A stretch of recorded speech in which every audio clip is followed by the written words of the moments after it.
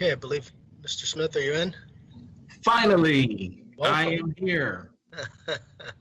All righty. Well, thank you everybody for your patience for tonight's special meeting.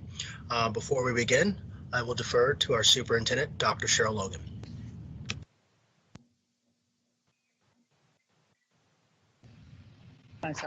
Good evening, President Snow and members of the board. Proposed calendar changes in support to professional development to ensure our students receive high-quality virtual support.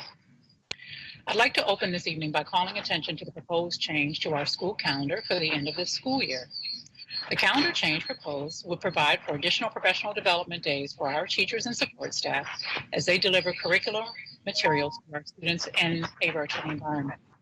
During the board meeting last Wednesday, I mentioned that our Education Commissioner, Dr. Matt Bloomstead, has shared that the fall school year will likely require some form of continued virtual learning, blended learning, or the implementation of some measure of social distancing requirements inside schools.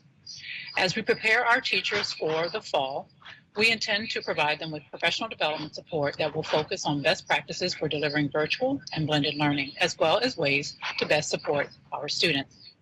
I want to emphasize that the calendar changes proposed would not alter staff wages or benefits, as it is my understanding that there has been some level of misinformation shared through other channels. Although we're proposing changes to the calendar to support professional development, our goal is to compensate our teachers and staff based on their original school year calendar.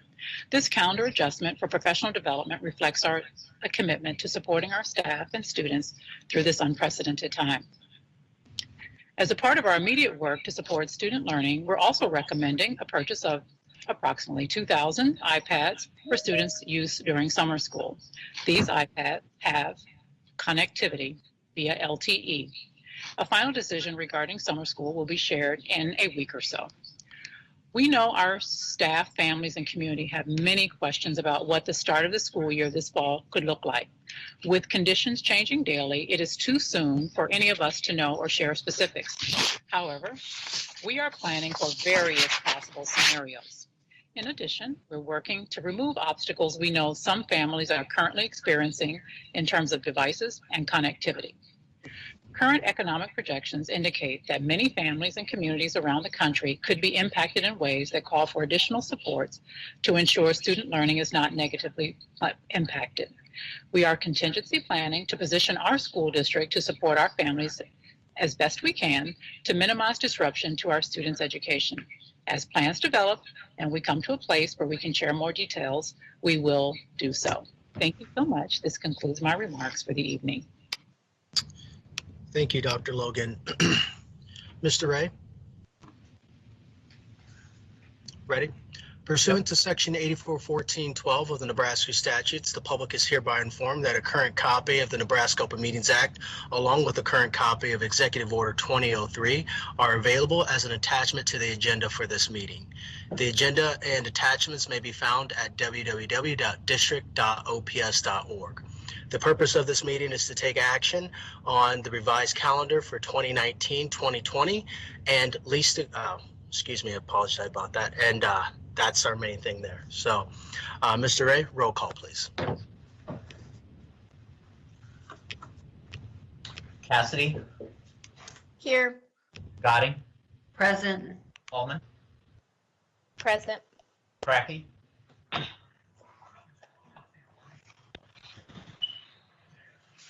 Mrs. Cracky, Perlman, Here. Ryan, Present. Smith, Here. Knight, Present. Snow, Here. Mrs. Cracky,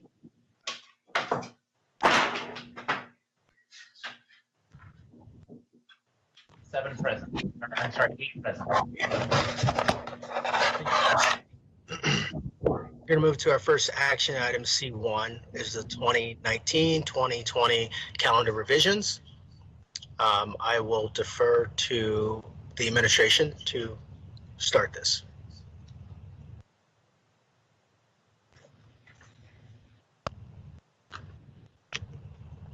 Mr. Schmidt-Bonny, would you mind reviewing the changes, please? Gladly.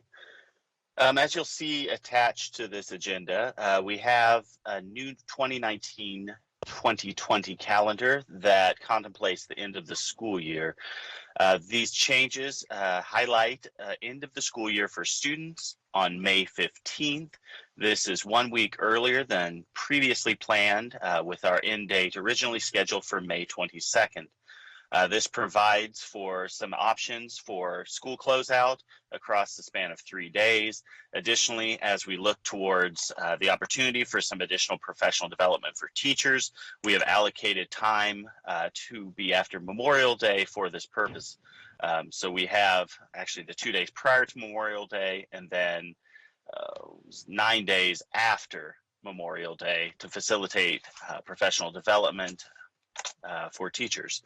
And so really the change is moving the end of the school year for students 1 week earlier, spreading out closeout over 3 days rather than the originally planned 2, and adding some additional professional development days. This all comes within the regular contract expectations of 188 days for teachers. Thank you. Colleagues, do you guys have any questions or anything about the current item or the action? I don't. This is Kimura. Thank you. Mrs. Goding. I have a question related to the use of some of that time for the new English language arts curriculum. I was asked that by a teacher. Can you elaborate on whether that time will be used for that or if that's more the August time period? I can answer that question. This is Melissa Comine. Yes, some of that time will be utilized for the ELA adoption, and we will continue to utilize time in August as well. Thank you. Mr. Perlman.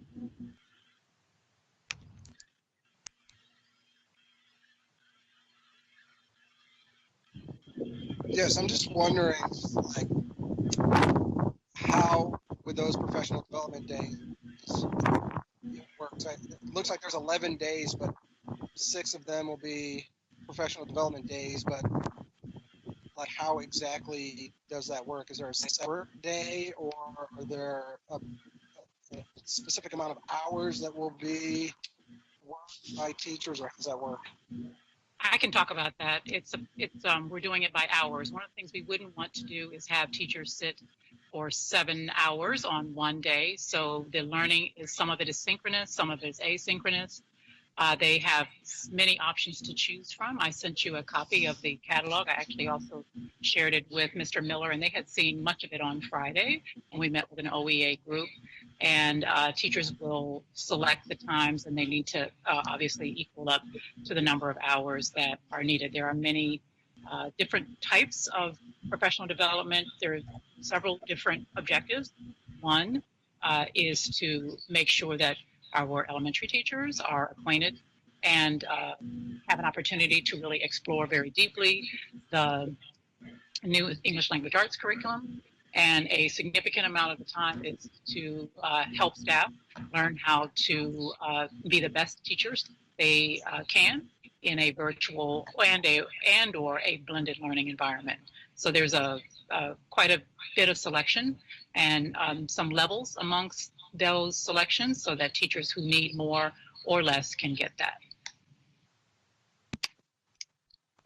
My only other question is, what impact, if any, will this have on closing the really have on any of the contractors and partners that OPS works with?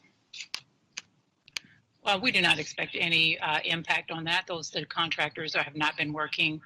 They're working directly with us, have not been working with us since March the 6th, which was our last student day for our secondary students. Our elementary students have not been in school since March 4th.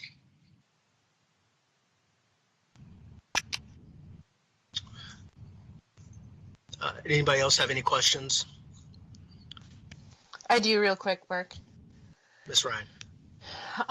Do we have an estimate about how many hours of webinars and how many hours that will incorporate into next year in this summer school? Sorry, I was trying to think of what I've discussed with some people.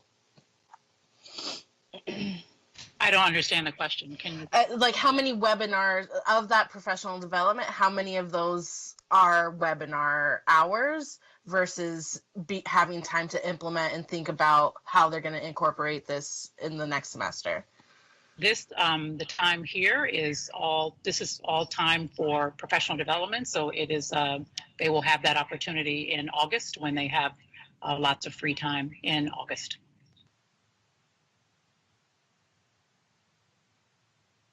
When they return to the buildings. Is that your question? I don't understand what your question is. Just like of this time that we have right now, ending with professional development, like how many, like are we capping, like is all of it going to be webinars? Or are they going to have time to watch a webinar, do a webinar, participate, whatever, and then be able to implement that, think about lesson planning and stuff like that within this scope of hours? I'll have Mrs. Comine talk about that. So every teacher is going to be expected to participate in so many hours. So for example, the curriculum and instruction support offerings, they will participate in all of them. They will also participate in student community services, and then they will also participate in a certain amount of required sessions offered by IMS. And so in the sessions, they will be learning and also planning at the same time.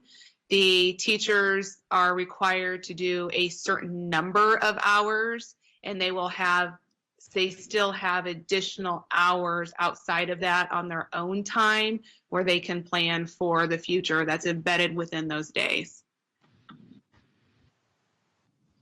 Does that answer your question? Yeah. Okay, good. Thank you. Does anybody else have any other questions? So this is an action item. So I will entertain a motion to approve item C1. So moved, Kimura. There's a motion by Ms. Snipe. Is there a second? Second, Shavana. Second by Dr. Holman. Discussion. Anybody else have anything else? Seeing none, Mr. Ray, roll call, please. Cassidy, Aye. Dotting, Aye. Ullman, Aye. Perlman, Aye. Ryan, Aye. Smith,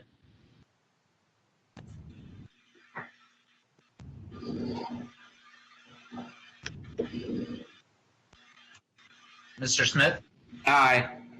Snipe, Aye. Snow, Aye. 8 aye. Motion carries. Thank you. Moving on to our next item, C2.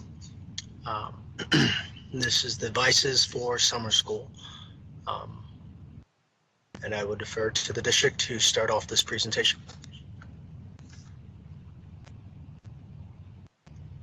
Mr. Dunn, would you mind starting off with what we're purchasing? Yeah, you bet. Can you hear me okay? Yes. Mm-hmm.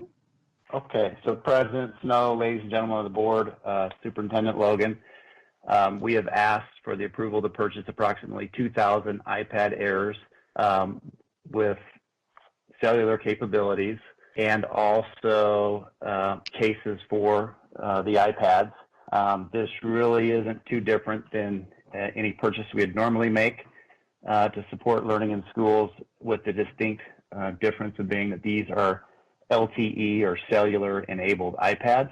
So if the need should arise and we would need to provide internet connectivity to students, we have the capabilities to do that. This comes also with Apple Care. So we have 3-year protection with these devices, which allows 2 breakages a year by students, accidental breakages, and Apple will replace that device or fix that device. Normally under an Apple Care agreement, there's a $49 deductible, if you will, per incident, but with the purchase of these cases, these approved cases, that deductible is waived.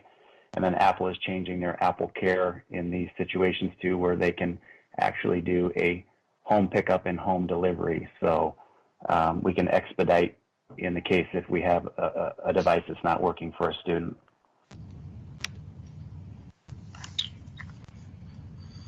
Thank you. And Did you have more? Sorry. nope, I think that's it, unless there's any questions. Okay, so I will open up for questions. Colleagues, do you have any questions? Mrs. Gotti. I have a question based on a seminar, I'm not sure really seminar, I participated in with the Nebraska School Boards Association on earlier this week. And one of the board participants was a Lincoln board member who noted that they're doing some different things there with some small devices that families can purchase to put into their home at a very low cost. Just wanted to ask if we could take a look at something like that as we head toward the fall. The devices that they looked at are cell phones where they have turned off the text messaging and the phone capabilities just to use the cellular pieces. Okay. It requires, we had many vendors who came to us with those devices.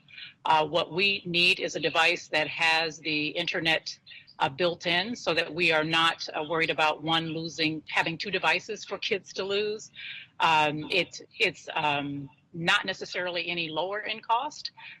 It's a quick fix that some communities have used with those devices. We've had at least 3 vendors who have talked about that. Basically, they're cell phones that they couldn't sell or they didn't sell, and they turned the text and the phone capabilities off just for the cellular for a hotspot. Okay, I was unfamiliar for sure with what Lincoln was doing, but thank you very much. Thank you. Mrs. Cassidy. Can you hear me okay? Hi there, everybody. Just a quick question, just to kind of clarify for those of us that are maybe a little more technically challenged. So these devices will be have cellular capability. So that will be, if we should decide later down the road, we're going to purchase internet Wi-Fi capability. Is that how that works? They will not have any capability at this time. Is that correct? We are actually going to purchase both. We have to purchase devices first, and then we will contract with either Verizon or AT&T, one of those companies, to provide the cellular service to all of these. They're there's exactly the same devices, a newer version that Mars and Norris have with their iPads with the LTE connectivity. That clarifies. Okay, thank you. Okay. No worries. Thank you. You're welcome. Anybody else have any other questions? Okay, seeing none, this is an action item, so I will entertain a motion to approve action C2. So moved by Ryan. There's a motion by Ms. Ryan. Is there a second? Second by Cassidy. Cassidy? Second Discussion. by Cassidy. Yep, we got you. Any discussion? Seeing none, Mr. Ray, roll call, please.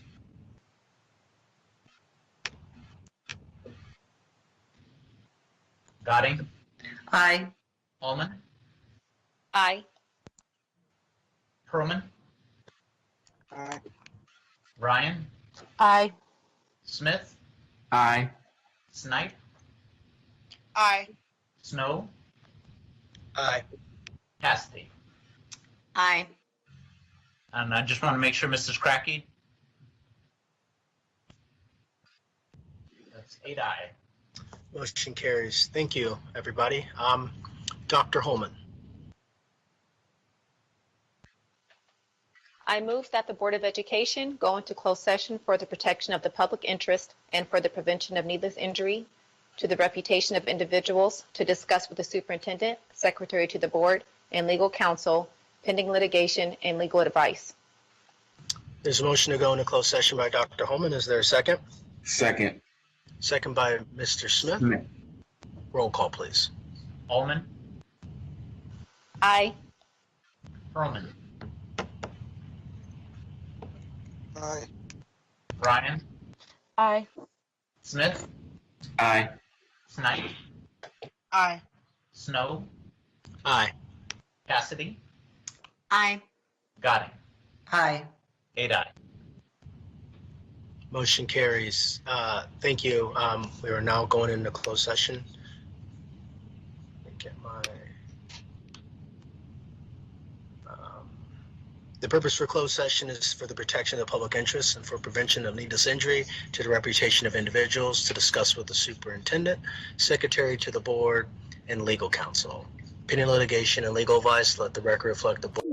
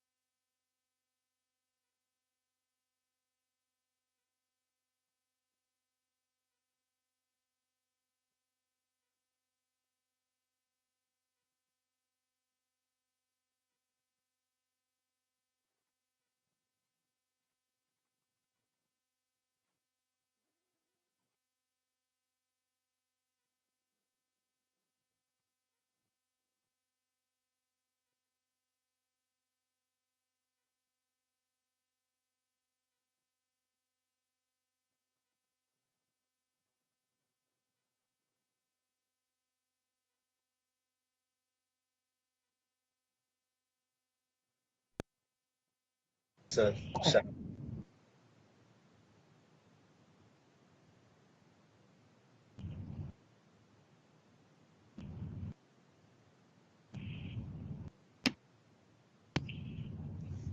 oh, you haven't? Oh. Let the record reflect the board came out of closed session at 7:20. Meeting's adjourned. Thank you, everyone, for allocating this time so we can meet. Be safe.